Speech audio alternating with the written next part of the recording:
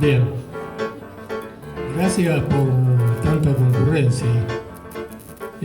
Sabemos que es mérito de nuestros invitados, sin duda. De todos modos, hay un trabajo de todos los que integramos la Dorrego para lograr esta convocatoria de hoy.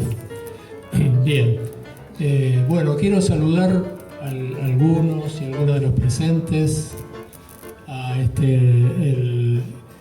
el colectivo de abogados laboralistas 7 de julio, especialmente Silvia Rufaldi, no sé dónde estás, gracias porque con tu esfuerzo, con tu esfuerzo logramos poder tener esta convocatoria de hoy.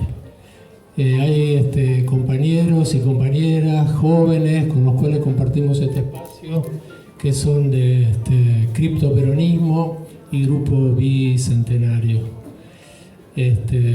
Bueno, amigos y compañeros de tantos años, compañeros y amigos de la Dorrego, gracias.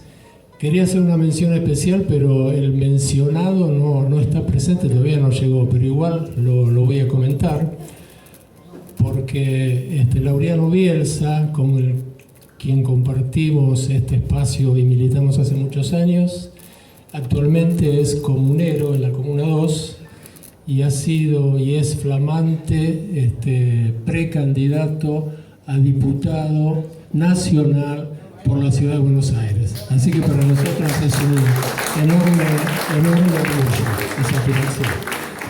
Bueno, perdón. Y gracias especialmente a Natalia y Amado, que pudieron hacerse un tiempo para compartir hoy.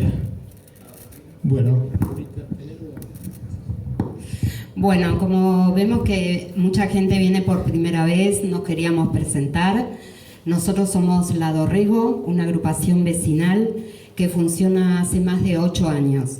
Estamos dentro del Movimiento Nacional y Popular y también estamos alineados con Unión por la Patria. Perdón, pero este micrófono es difícil. Bueno, nos reunimos acá todos los martes a las 18:30, donde hablamos sobre coyuntura política y donde también diseñamos diferentes actividades o acciones que vamos a tomar, como por ejemplo esta actividad de hoy o una que vamos a tener mañana, que es una charla sobre geopolítica. También La Dorrego tiene una actividad solidaria.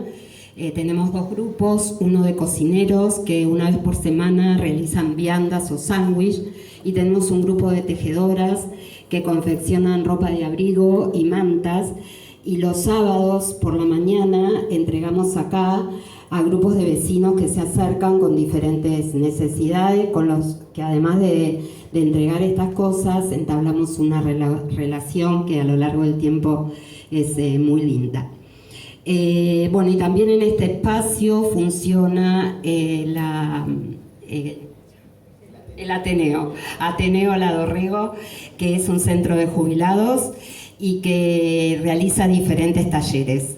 En este momento estamos dando un taller de memoria, otro taller de canto grupal, otro taller de tecnología, y una vez por mes hacemos un encuentro con el cuento. Así que bueno, todas estas actividades nosotros las realizamos dentro de nuestra militancia política cotidiana. No son simplemente actividades o talleres, sino que esto es lo que nos permite estar en contacto con el barrio y que mucha de la gente que se acerca después forme parte de nuestra agrupación.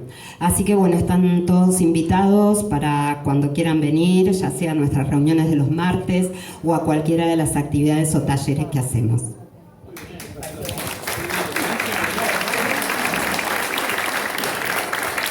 Bien, vamos a los invitados. Natalia Salvo es abogada laboralista. Conocemos su intensa actividad con un fuerte compromiso social, lo que la coloca en primera línea siempre en defensa de los derechos y la dignidad de los y las trabajadoras. Así que, compañera, muchas gracias por tu presencia.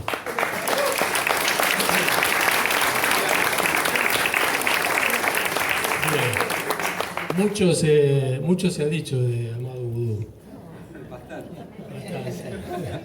Por su intensa actividad en la política, por su actividad como funcionario.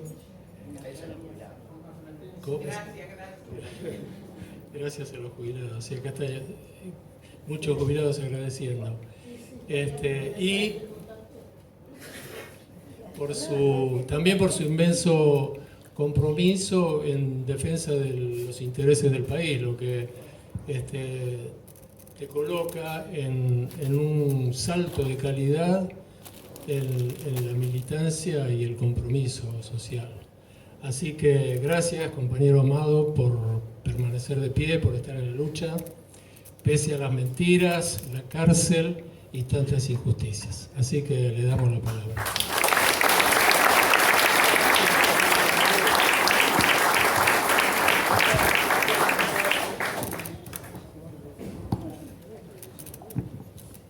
Bueno, buenas noches a todos y a todas. La verdad que un gustazo estar acá con ustedes. Gracias, Silvia. Gracias, Paula. Son compañeras mías de militancia. Todos tenemos estos espacios que celebro y son centrales y fundamentales, tanto en la resistencia como para crear agenda, ¿no? Pues muchas veces en los últimos tiempos nos sentimos, o por lo menos hago colectiva una sensación que es individual. Nos sentimos en la retaguardia, nos sentimos en un lugar meramente contestatario, sin poder, a veces por temor, a veces por esa especie de microclima que se propaga a nivel mediático incluso también, ¿no? Lo que suponemos que es lo que sucede en el clima social, tenemos temor a hablar de determinadas demandas. Y la verdad que en momentos como en los actuales, yo creo que hay que hablar justamente. Hablar de los puntos nodales y centrales para tener un Estado social de derecho. Y lo digo ya en mi vocación de abogada. Pues yo pensaba, digo, a ver, el neoliberalismo, tal como dijo Cristina la otra vez, ¿qué es lo que pretende? Poner de rodillas a los laburantes para que acepten un plato de tasajo y una remuneración, prácticamente un trabajo gratuito. Y a eso nos llevan. Se puede resumir el neoliberalismo en esas circunstancias. Se puede resumir también en términos históricos, porque pensaba también en el punto de la inflación. Alguien como yo que tuvo que entender, ¿no, Silvia? Que me explica a veces, a fuerza de ladrillazos, términos centrales y fundamentales para entender la economía, ¿no? Y la verdad es que desde mediados del siglo XX en adelante nos metieron dos premisas falsas y mendaces. Primero, que el Estado grande o el Estado elefantiásico era dañino, ¿no? Y después que el salario es una de las causantes unívoca de la inflación. Hasta el FMI tuvo que decir que no era cierto. Pero además tenemos experiencias históricas que dicen que no es de ese modo. Lo vemos en la última dictadura militar, lo vemos en el neoliberalismo de los 80 a nivel internacional, lo vimos en nuestro país en la década de los 90, y eso nos lleva a otra falacia, que es que la reducción o la destrucción de derechos laborales y sociales, previsionales, todo lo que tenga que ver con la presencia del Estado, atado a una lógica sacrificial, va a hacer que este país salga adelante. Eso tampoco es cierto. Y la experiencia también nos lo mostró. La reducción de las contribuciones patronales que se iniciaron en la última dictadura, la apertura de la economía que destruía una matriz productiva, que destruía las pequeñas y las medianas empresas, a contramano de un discurso económico que pregonaba la cultura del trabajo, ¿no? Y financiarizaba una economía especulativa, el carry trade. Bueno, todo eso vino de la mano de la última dictadura cívico-militar. Y la verdad que yo me obsesiono muchas veces porque estamos cumpliendo 40 años de recuperación democrática. Perdón, la placa. Sí, no, malísimo el chiste. Hacemos ese tipo de chistes. Pero, digo, 40 años de la recuperación democrática, quedó instalado, por fortuna y por acción política y cultural, que los derechos humanos son los que nosotros, los abogados y las abogadas, llamamos derechos de primera generación. Libertad de reunión, libertad de elegir y ser elegido, libertad de representación, de locomoción. Sin embargo, creo que la batalla cultural que de algún modo ganó y se resistió y se sigue resistiendo es que el derecho al trabajo es un derecho humano. Y del mismo modo que las madres y las abuelas de Plaza de Mayo fueron partícipes o protagonistas de la recuperación de la democracia, también lo fue el movimiento obrero. Y yo esto no me lo voy a cansar de decir. Porque muchas veces en esa retaguardia omitimos, pensando que nos va a servir como una suerte de ayudín o lavandina, hablar de lo que la derecha nos demoniza. Por ejemplo, el movimiento obrero, por ejemplo, los dirigentes gremiales, por ejemplo, los dirigentes sociales, que son los sujetos políticos que el primer peronismo, y con su continuidad también, y todo movimiento nacional y popular, tuvo como músculo social para poder llevar adelante las medidas políticas necesarias. Y esto se demostró también en la última dictadura, no solamente con el decreto que hizo caducar las afiliaciones en febrero de 1977, en donde hubo con posterioridad una reafiliación masiva a punta de pistola y dentro de las fábricas, sino también por el paro 2 días antes de que se inicie la Guerra de Malvinas, el 30 de marzo de 1982, con el Paz, Pan y Trabajo, pero también el 27 de abril de 1979, si mal no me acuerdo, no recuerdo. Y también en los 90 la resistencia sindical que se contrapuso a que destruyeran los derechos laborales. Y ahora voy un poco a un tema por el cual siempre, ya se lo dije por privado, así que lo voy a decir en público, porque me parece que estas cosas, a veces la historia hace justicia con los próceres post-mortem. Y creo que no es la idea. Todas las personas que hoy en día tienen una jubilación, un haber previsional digno, se lo deben a Amado Urú.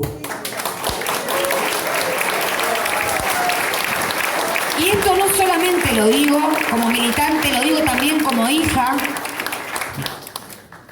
de mi vieja, de mi viejo, que tienen la edad de ustedes. Se hacía la joven, ¿viste? Y que siempre me lo dicen con lágrimas en los ojos, porque eso es la dignidad. Para eso está el Estado grande, ese Estado reducido del que nos hablan, de la eficiencia. En definitiva, ¿es la eficiencia o es el Estado gendarme para proteger la propiedad de unos pocos? ¿Es el Estado represor que vimos en Jujuy? ¿Y es el Estado chico, entre comillas, porque es excesivamente grande, primero respecto de la legislación, como por ejemplo la Ley de Entidades Financieras, y después en relación a la protección que hace de esta economía especulativa, tanto con sus fuerzas represivas como con sus fuerzas institucionales y mediáticas, ¿no? Que hoy en día son la proyección, sin olvidarnos del Poder Judicial. Pero quiero volver a esto. Fíjense que el neoliberalismo siempre va por la dignidad de las personas, ¿no? Porque necesita cosificar, mercantilizar a las personas justamente para llevarse la puesta, porque su salario, o sea, el salario de todos nosotros, es la reducción de sus ganancias exorbitantes. Y no digo exorbitantes al divino botón. Digo exorbitante porque esos formadores de precios, que lo vimos, vuelvo a Jujuy, ¿no? Blaquierizar la economía, ¿no? Dueños de las más grandes alimenticias, los que pagaban en su momento a principios del siglo XX con los productos de sus propios almacenes, con sus propias monedas, sus ganancias se ven reducidas ante la dignidad de los laburantes. Y la remuneración, tampoco me voy a cansar de decirlo, es la puerta de acceso al goce de los demás derechos. Porque yo no voy al chino a comprar, no voy al teatro y no me voy de vacaciones diciendo, permiso, tengo que procurar mi subsistencia, lo tengo que pagar en una economía de mercado. Y eso en el regular de las personas que acostumbran a comer todos los días, lo tienen a través del salario y la remuneración, que es un derecho que otorgó el peronismo, que es un derecho que estaba en la Constitución de 1949, que se llevaron puesta en el golpe de 1955 y que la Constitución del 57, proscripto el peronismo, condensó hoy el artículo 14 bis, que es el que la derecha se quiere llevar puesto. Pero vuelvo, el neoliberalismo va por nuestro derecho al trabajo y por nuestro haber previsional. Por eso piden la reforma previsional, por eso piden la reforma laboral, por eso crearon en 1995 la ley de aseguradoras de riesgos de trabajo, ¿sí? Por eso privatizaron la jubilación con las AFJP. Siempre van a venir por las mismas demandas. Tal vez con una construcción de subjetividad distinta. Nos van a decir, como en el macrismo, que nos creíamos que nos podíamos comprar un plasma, que podíamos vivir en un departamento de 18 metros cuadrados, que teníamos vacaciones mentales. Podíamos tener vacaciones mentales. Todos estos son titulares de Clarín, ¿eh? Las vacaciones mentales. Que comer tierra era un nuevo modo de ser sano. O sea, no puedo creer, esto supera a Capusotto realmente. Supera a Mickey Vainilla, supera a los personajes que no por nada, ¿no? La tragedia es comedia también. Pero lo que digo es que siempre van por las mismas demandas y ahora me parece que estamos en un contexto histórico fundamental para entender el texto y el contexto, como dijo Cristina. Yo fui una de las que me enojó, obviamente, o me enojé cuando me enteré de la fórmula. Pero la verdad que, por lo menos como peronista lo digo, la conducción se puede equivocar, sí, perfectamente que se puede equivocar, pero por algo es conducción. Y por algo a esa conducción le intentaron volar la cabeza el último 2 de septiembre del año 2022.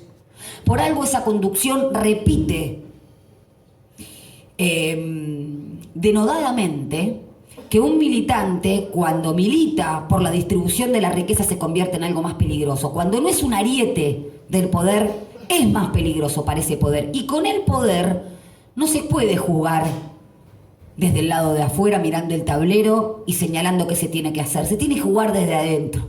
Mi abuelo decía, cuando uno baja al infierno y sube, pierde algunos pelos, algunas plumas. Yo siempre digo, a mí la gente... Como decía, creo que fue Roosevelt, El hombre en la arena, no sé si alguna vez lo leyeron. Ahora mientras vos hables, Amado, lo voy a buscar y lo voy a leer después. Bueno, tango, así. Que justamente habla de ese hombre en la arena que ducha y que lucha desde adentro poniendo el cuerpo. Ahora, hay que poner el cuerpo con el corazón y con la cabeza también, con táctica y con estrategia. Y a veces, el tiempo, creo yo, no porque crea en un etapismo, pero el tiempo político exige tal vez otras caras. Y recordaba cuando Néstor Kirchner estaba en 678 y Barone le cuestiona el por qué había puesto a Redrado al fondo de... ¿Dónde está el banco? ¿El Banco Central? Y él dijo, ¿qué querés? ¿Que lo ponga a Kunkel? Si tenía que ir a negociar. Entonces, a mí me parece que es un poco esta situación. Y no cuestiono, por eso yo cuando hablábamos cuando en el programa de Amado de Radio, que les recomiendo sin diarios, nuestro programa del AM530 todos los sábados de 9 a 11, Amado decía algo que es fundamental, y que es que siempre hay que disputar las distintas dimensiones o distintos intereses sectoriales dentro de una misma unión desde adentro. Y eso se disputa con ideas y se disputa con militancia. Y esto lo digo porque fíjense que ni la derecha se salva de esta cuestión. Yo ayer veía cómo los diputados de Milei denostaban a Franco Rinaldi, que es el diputado de Cambiemos, y a la hija de Luis Juez, que tiene una severa discapacidad. Y leía la respuesta que por Twitter se las recomiendo, hizo Franco Rinaldi, que ya verán no es santo de mi devoción. Pero digo, hacer una política lombrosiana, como la que pretenden, o darwinista social, es lo mismo que romper el consenso democrático, porque así empezó Hitler. Entonces, me parece que hay que seguir discutiendo ideas, y dentro de la coalición discutir aún más. O sea, ser dentro de la coalición una correlación de fuerza, que dispute por el trabajo digno, que dispute por un futuro para los pibes y las pibas, que dispute también por la no mercantilización de nuestros adultos mayores, antes decíamos a nuestros viejos, ¿no? Que parece ser que no sirven para nada con esta lógica de mercantilista de la vida, ¿no? Que es lo que también está llevando a nuestros pibes y a nuestros pibes a una gran depresión. Esto hay que decirlo, y también después de la pandemia se vio. La salud mental es central y es fundamental para los pibes y las pibas, porque nadie enamora y nadie puede luchar si no está contento. Y en esto recuerdo que creo, lo dijo Milagro Sala, que en sus colegios se daba autoestima y no por nada la quisieron quebrar, la quieren quebrar y la sigue teniendo presa Morales, que es el laboratorio también que implementó el laboratorio, lo hizo, del neoliberalismo feroz, ajustador y represor. Entonces, yo quería dar esta pequeña reflexión. Hay que militar esta fórmula. A veces las personas no son las que hubiésemos deseado, pero la política muchas veces no va con el deseo, sino con un pragmatismo que tenga en su objetivo la consecución de la justicia social. Más tarde que temprano, el contexto nos los exige que acompañemos, no podemos atomizarnos, tenemos que disputar dentro del frente, esto es central, tenemos que discutir ideas. Fíjense que yo recién hablaba con Silvia, lo digo como mujer, y esto es una crítica que le hago a muchos compañeros. Compañeros, hay una lógica patriarcal que es eminentemente materialista. Cuando dicen, no, eso no tiene que ver la economía, es eminentemente materialista. Nosotras las mujeres somos la condición de posibilidad para que los varones laburen, tengan un título antes que nosotros, tengan una carrera política, hagan todo lo que tienen que hacer. Y cuando les decimos que lo hagan, no saben muchas veces. No saben cómo hacerlo. Nosotros estamos a cuatro manos. Digo esto, que las famosas tareas de cuidado, cuyo presupuesto se hizo, primer presupuesto, el impacto de las tareas de cuidado no remuneradas, o la que en su 80% hacen las mujeres, tiene un impacto del 16% en el PBI. Y Amado siempre dice algo que es, fíjense que es lo único que no se mensura económicamente, las tareas de cuidado, que son la condición de posibilidad del sistema. Y lo digo porque me extraña muchísimo, no me extraña que las mesas chicas y la rosca, ¿no? Las compañeras van a la marcha y ellos están en la rosca económica y política. No me extraña que la rosca sea masculina. Lo que sí me extraña, que no se levanten a las compañeras que tienen gestión, como por ejemplo Mayra Mendoza, que tienen resultados y que es fundamental que se la levanten porque también la lógica patriarcal de distribución económica, de distribución de poder, es la que llevó a que Cristina Fernández de Kirchner tenga un plus de violencia iracunda por ser mujer. Y lo vimos. Entonces, tenemos que militar esta fórmula, lo vamos a hacer, sé que lo vamos a hacer. Vamos, convencidos, compañeros. Hay que hacerlo. Hay que hacerlo porque los instrumentos que no tomamos nosotros los toma la derecha. Y se los digo porque soy abogada y dentro del Poder Judicial hace mucho tiempo que esa derecha del imperio forma jueces en corrupción, en narcotráfico. De hecho, Rosencrantz y Rosati estaban haciendo un curso en Jujuy cuando se desató la represión feroz. Están tomando las estructuras del Estado, lo dijo Cristina la otra vez, justamente, porque así como le saltaron la mano a los milicos, se la van a soltar a los jueces. Pero primero los van a exprimir. Y después van a buscar otro tentáculo y otra terminal de poder. Pero primero los van a exprimir. Entonces, usemos las herramientas que nos da, obviamente, el Estado de Derecho, que hay una insatisfacción democrática desde ya, pero usemos las herramientas para disputar sentido, porque así se me viene el cabecitas negras. En vez de ser un insulto, tiene que ser un orgullo. Y lo mismo tenemos que hacer con el derecho social. Lo tenemos que empuñar porque por algo hablamos de la justicia social como una premisa trascendental para una patria libre, justa y soberana. Muchas gracias, compañeros y compañeras.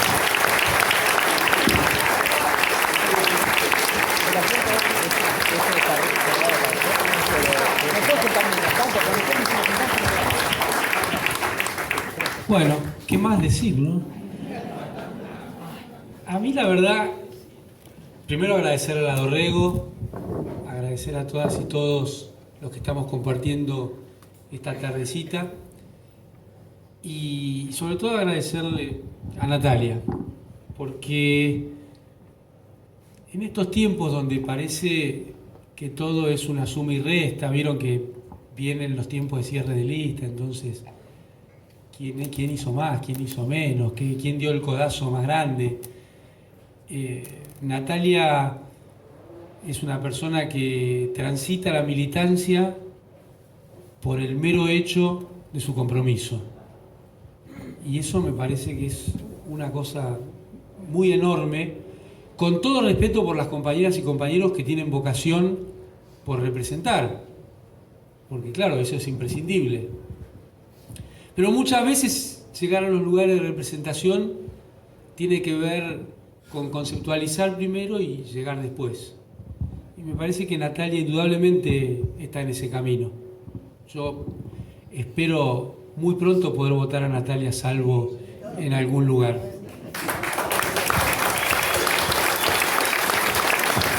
Y todo lo que condensa ella, ¿no? Que seguramente está latiendo aquí, porque cuando hay una persona que condensa ese compromiso, pero el afecto, el cariño, tiene que ver porque sentimos que representa cosas que nos representan. Es como cuando uno lee una poesía o escucha una canción y dice, la pucha, eso es lo que yo quisiera haber escrito. Pero bueno, hay alguien que lo hace mejor que yo.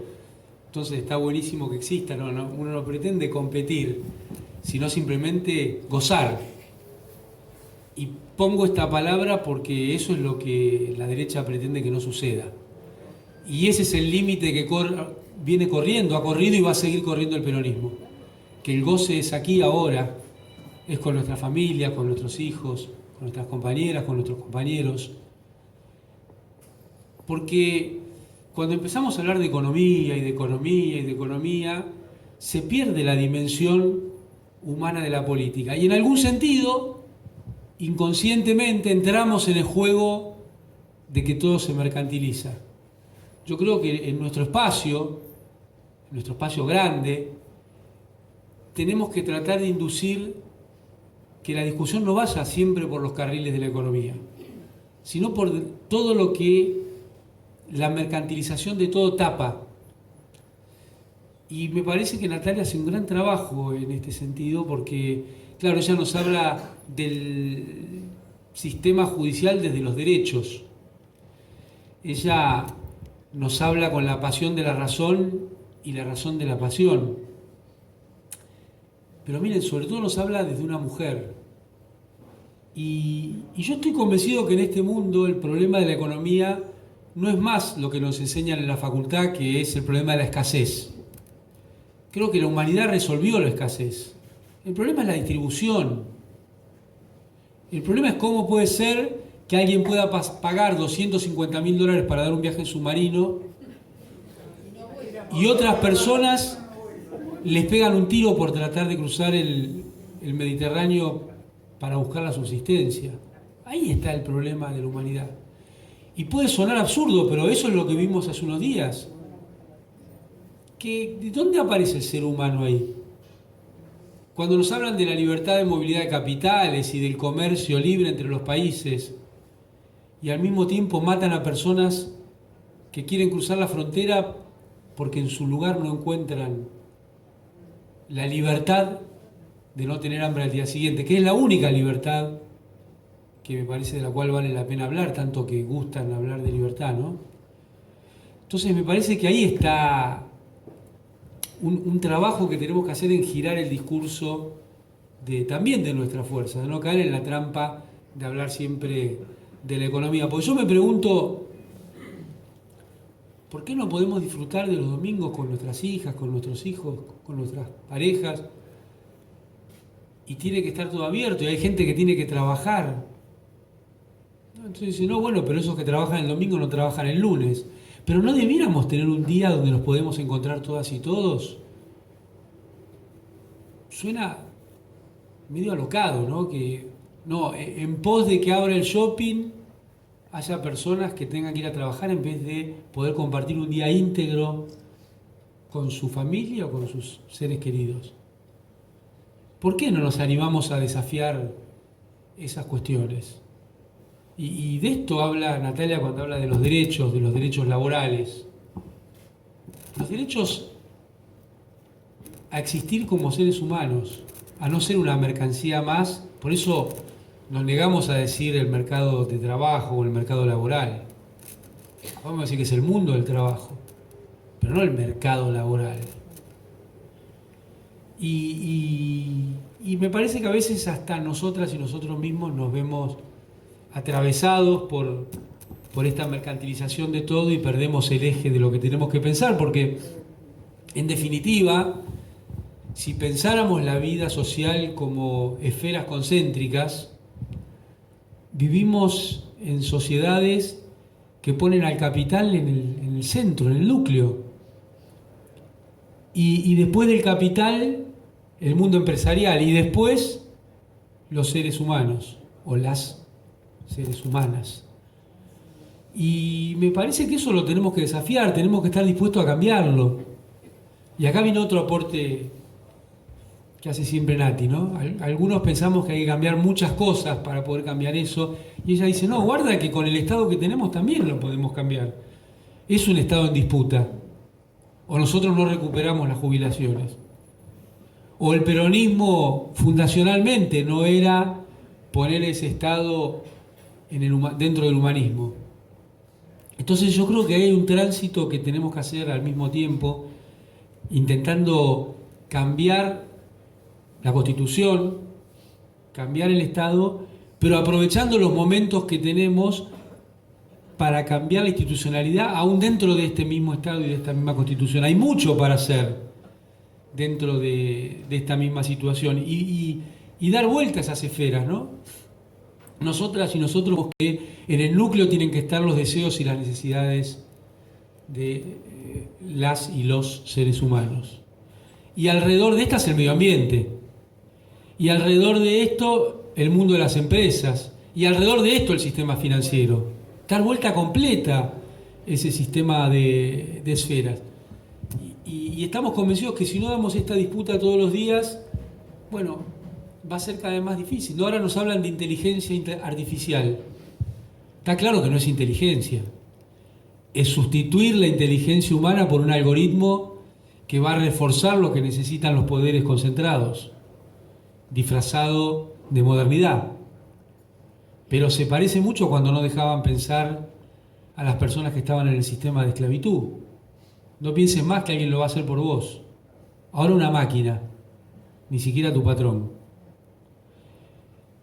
Y esto se cambia con política, esto se cambia con lucha, esto se cambia no bajando la cabeza, no callándose la boca, desde el lugar que nos toque. Porque esta elección de candidatas y candidatos nos trae muchas enseñanzas, me parece, ¿no? Y una de esas enseñanzas es la que deja Guado de Pedro, que marca a las claras que no lo puedes pensar desde tu ombligo, que no necesitas que nadie te llame por teléfono para tener la actitud que tenés que tener, que no necesitas buscar excusas para poder moverte del lugar que tenés que moverte, sabiendo que siempre el todo es más que la suma de las partes. Una sociedad es mucho más que la suma de nuestras inteligencias o de nuestros deseos, porque una sociedad requiere que haya la razón popular por encima de la razón de mercado. Y acá hay otro punto que muchas veces nosotros hablamos cuando se nos dice que algo es racional. Bueno, paremos, ¿no? ¿Racional para quién? Yo creo que la pregunta es siempre ¿para quién? Porque estoy convencido que no hay una racionalidad. Estoy convencido que hay intereses que generan racionalidades. Y nuestro interés es el interés de lo popular. Entonces, sabemos que hay una racionalidad popular que no es la suma de las racionalidades. Cuando uno habla con un empresario, con un banquero, está claro que es gente inteligente, que razona y que tiene una racionalidad, pero desde su interés. El rol del Estado es interpretar la racionalidad popular, por lo menos desde mi visión, que no es la suma de las racionalidades, porque esta es otra idea liberal. No, bueno, hagamos que todo eso, escuchemos a cada una de estas racionalidades, pongámosla en funcionamiento y nos va a ir bien. No, es mentira eso. Miren, durante los años de Néstor y Cristina, primero, se escuchaba a todo el mundo, pero eso pasaba por el tamiz de las políticas públicas y de poner la razón popular por encima de las razones empresariales, corporativas, a veces hasta algunas razones sindicales también.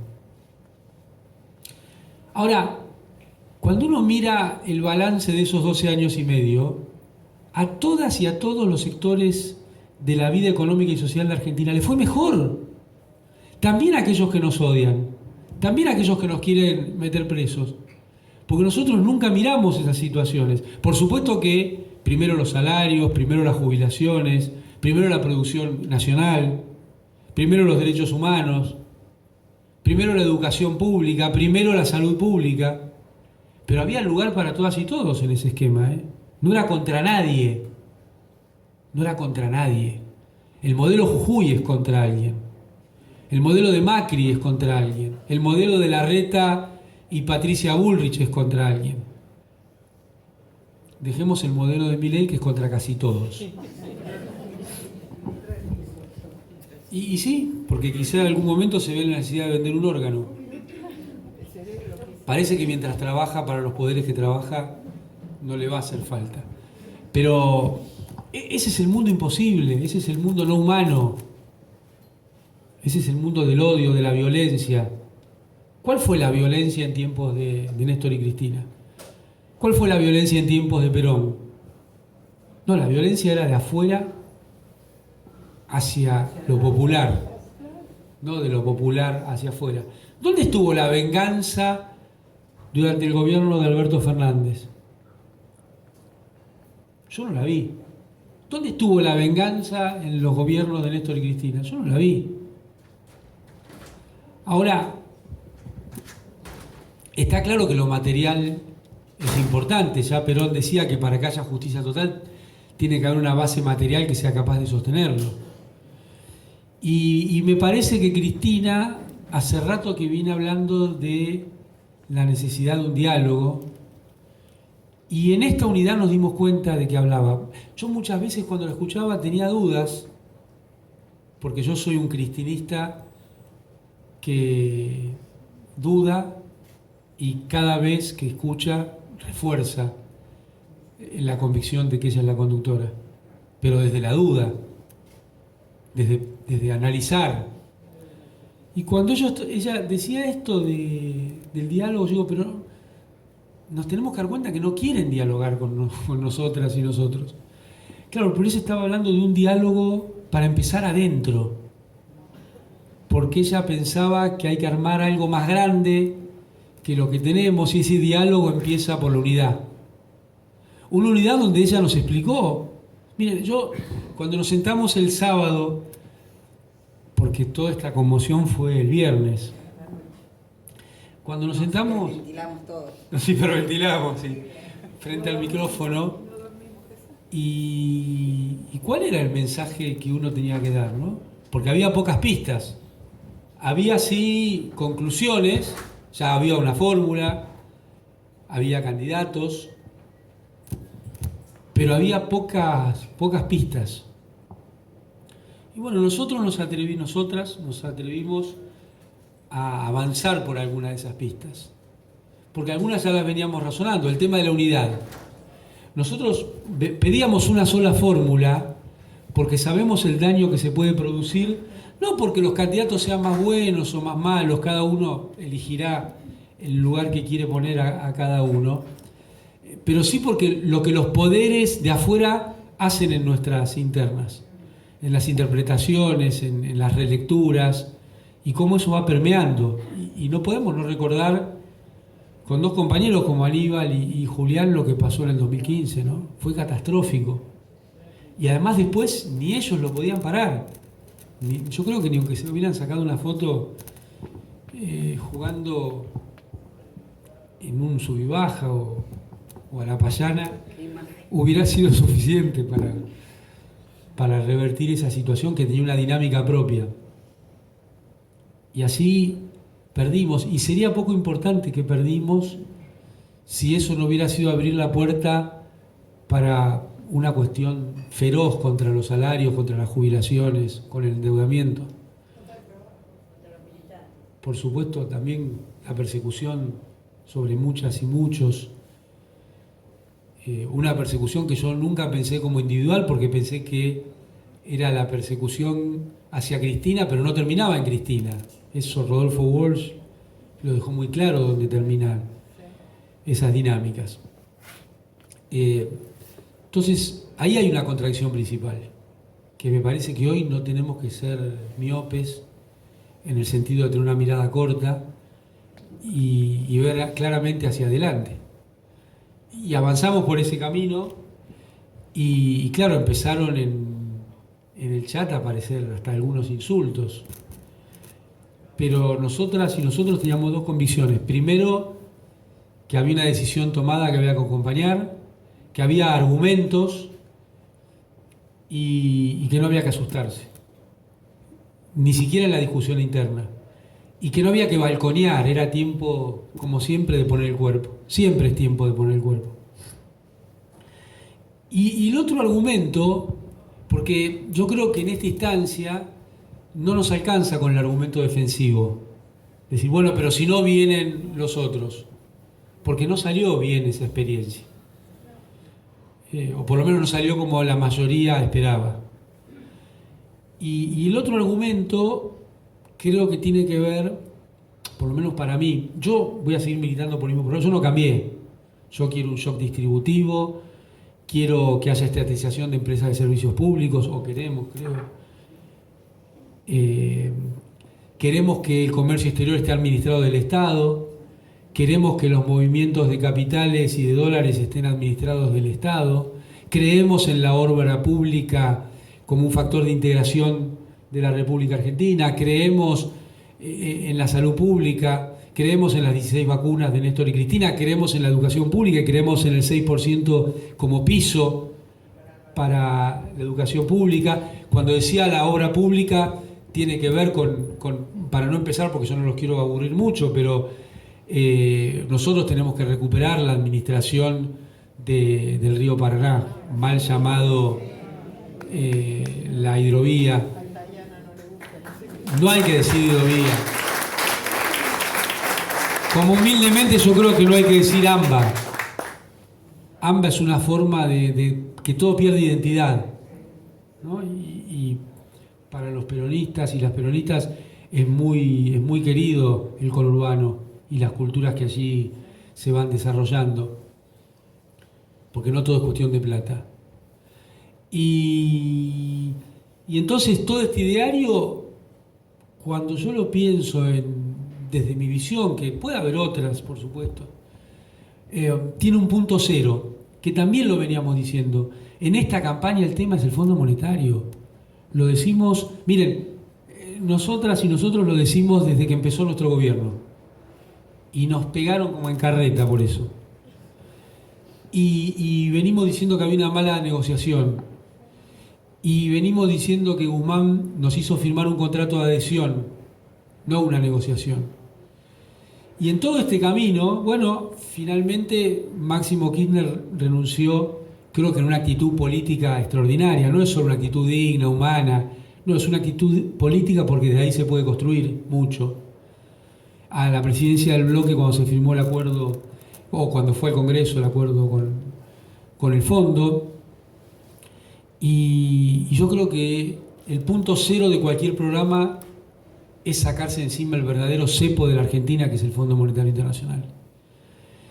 Y fíjense qué curioso, ¿no? El recorrido que viene haciendo el candidato Sergio Massa. Él, yo tenía muy claro que él había tratado de hacer otra negociación, con sus contactos, con sus terminales, no sé, llámenlo como quieran, durante el principio del gobierno. Él estaba atrás de un acuerdo de 10 años con quita de intereses y con 2 años de gracia. Bueno, no lo logró. Pero ahora lleva 9 meses durmiendo con el enemigo día a día. Y yo creo que esto lo hizo reinterpretar la necesidad de sacarse de encima con el fondo.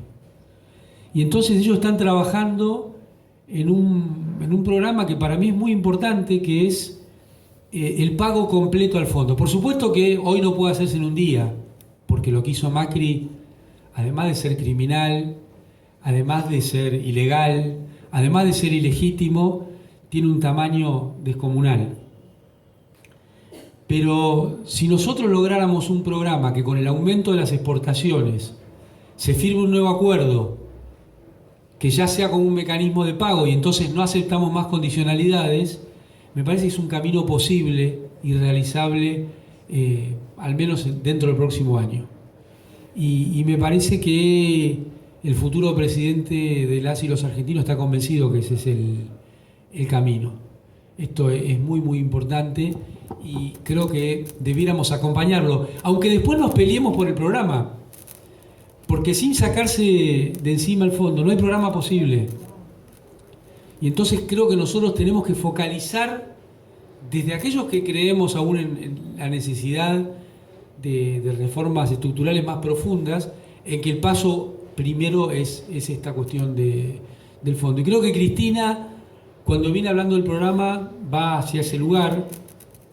Creo que la hemos interpretado bien en estos días, porque cuando ella salió, yo no digo explicar porque Cristina no necesita explicar nada, sino a compartir los argumentos de por qué había un candidato de unidad y a señalar cuál era el candidato de unidad, que creo que tenemos que intentar fortalecer lo más posible, porque hay que ganar esta elección.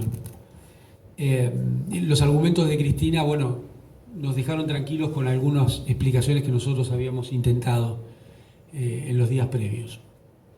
O sea que cuando hay unidad de concepción, hay unidad de concepción. Y esto me parece que también nos invita a que no estemos siempre esperando qué es lo que dice Cristina, porque la mayoría de las veces sabemos qué diría. Hay que hacerse cargo y avanzar sin esperar siempre que sea ella la que pone el cuerpo, ¿no? Así que yo creo que tienen que ser días de alegría, entendiendo que fueron días de shock, a todas y todos nos pasó, entendiendo que son días de dudas, a todas y a todos nos pasa, entendiendo también que son días de que no nos pase lo que nos pasó en el 2015, entre las PASO y la general. Porque si hubiéramos puesto el mismo ahínco militante para las PASO, no hubiera habido vacilaciones para la general. Entonces, en algún sentido, yo invito a que nos emocionemos y nos comprometamos y pongamos todo lo que tenemos para poner cada una de nosotras y nosotros desde la militancia para las PASO. Y después entonces va a ser mucho más fácil el camino hacia la general, que yo no tengo duda que vamos a ganar. No tengo duda que vamos a ganar.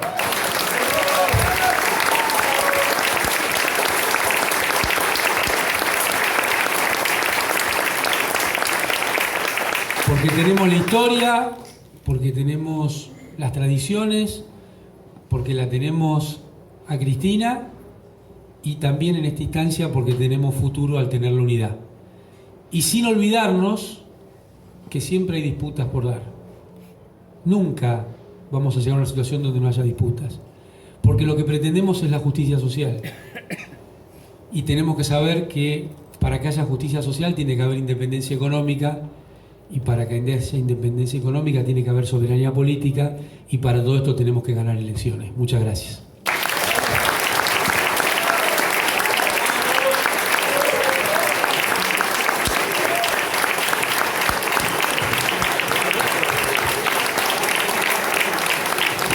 Compañeros, me olvidé agradecer a los de la Borrego y quisiera leer lo que les mencioné, que es el discurso de Roosevelt, El hombre en la arena, y que tiene mucho que ver con lo que mencionaba Amado. No es el crítico, y esto, no maizpliñemos la política. Las mujeres sabemos que nos maizplinean con todo, nos dicen lo que tenemos que hacer. Cristina también nos invitó a eso. Vayamos al territorio a ver qué pasa, no le damos tantos diarios, por eso nuestro programa se llama así, Diario. Bueno, no es el crítico quien cuenta, ni aquel que señala cómo el hombre fuerte se tambalea, o dónde el autor de los hechos podría haberlo hecho mejor. El reconocimiento pertenece al hombre que está en la arena, con el rostro desfigurado por el polvo y el sudor y la sangre. Quien se esfuerza valientemente, quien yerra, quien da un traspié tras otro, pues no hay esfuerzo sin error ni fallo, pero quien realmente se empeña en lograr su cometido, quien conoce grandes entusiasmos, las grandes devociones, quien se consagra a una causa digna, quien en el mejor de los casos encuentra al final del triunfo inherente al logro grandioso, y quien en el peor de los casos, si fracasa, al menos fracasa atreviéndose en grande, de manera que su lugar jamás estará entre aquellas almas frías y tímidas que no conocen ni la victoria ni la derrota. Vamos por eso.